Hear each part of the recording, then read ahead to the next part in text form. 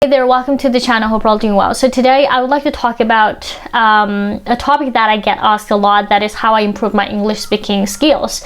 Now the thing is that when people ask me how I practice speaking, I don't really remember ever sitting down to practice in the traditional sense. So this got me thinking, what do people really mean when they say practice speaking? Are they talking about vocabulary, fluency, or pronunciation? So let me break down my journey and thoughts on this topic, and hopefully it will help you along your path to improving your English. All right. So first off, I've never really been to an English-speaking country, but despite that, I've noticed significant progress in my fluency and word choice over time. And as for accent and pronunciation, honestly, I've never really trained for that.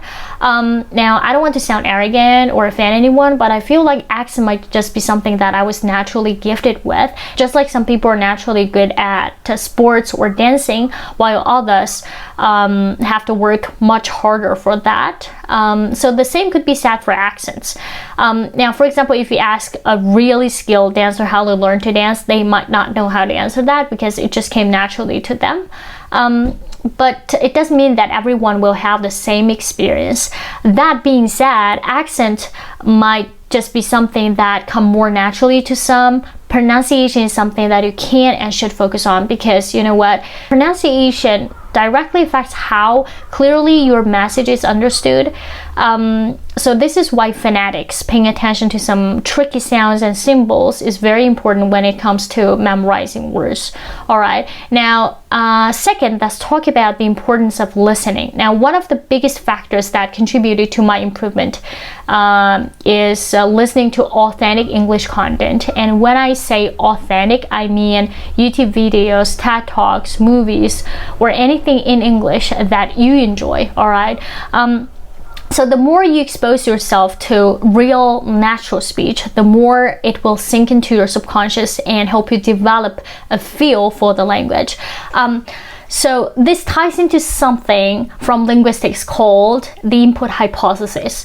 Now, this theory proposed by Stephen Kroshen suggests that we acquire language by understanding input that is slightly beyond our current level. So if you keep exposing yourself to interesting English content that is a little bit challenging, you naturally pick up new vocabulary, sentence structures, and expressions without even realizing it. So it is the foundation of language learning, especially when it comes to listening and comprehension.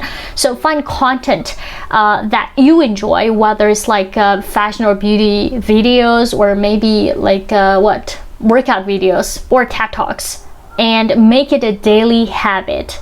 Trust me, over time, you've noticed a difference in how you understand and feel the language.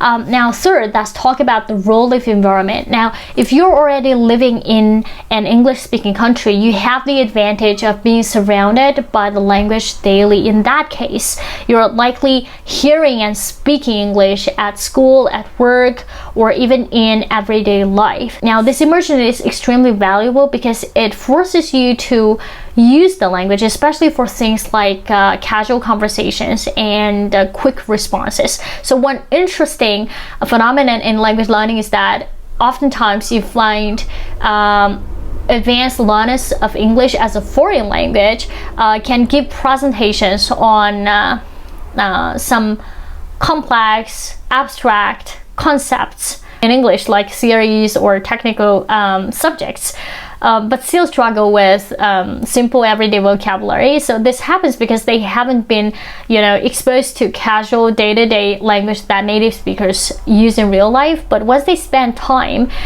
living in an English-speaking country, they quickly catch up because they already have a solid foundation. All right. So if you're living outside of an English-speaking country, the takeaway here is that input, what you listen to, and output, what you speak, are both crucial.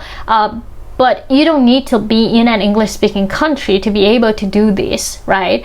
Now, let's talk about the output hypothesis, which was developed by Merrill Swain. This theory emphasizes that input is important. Producing language through speaking or writing is equally essential to language learning. Now, the idea is that when you speak, you're not only practicing the language, but also noticing gaps in your own knowledge, whether it's grammar, vocabulary, or pronunciation. By attempting to express yourself, you become more aware of what you don't know and where you need improvement. This process helps you solidify your language skills because it forces you to actively engage with the language. It's a bit like, learning to play an instrument. You can listen to music all day long, but you won't really improve until you pick up the instrument and start playing, right? So one of the key takeaways from the output hypothesis is that speaking or writing pushes you to restructure and refine your language use. For example, when you struggle to explain a concept or a story in English, your brain is working hard to fill in the gaps. And this effort helps you progress much faster than passive learning alone. In today's world, we are really fortunate to have so many opportunities to practice output, even if we don't live in an English-speaking country. So there are tons of platforms where you can connect with people to practice speaking English, whether it's the online language exchanges, speaking to AI assistants, or even finding online tutors. So take advantage of these tools, right? They allow you to practice speaking without waiting for the perfect environment. To wrap up, improving your English speaking skills doesn't have to be about rigid speaking sessions. It's about immersing yourself in the language through listening, speaking, and being consistent with your efforts. Input is key. Output, producing the language, speaking the language, plays an equally important role. So make the most out of the content you enjoy, take advantage of technology, and keep finding ways to actively use the language. And remember, even if accent might just be something you're born with, pronunciation, is definitely something you can work on to make sure you are understood. And that's it for today. Hope you enjoyed the video. If you found this video helpful, please give me a thumbs up and subscribe and hit that notification bell so once I upload a video you will know instantly. And that's it for today. See you next time. Bye.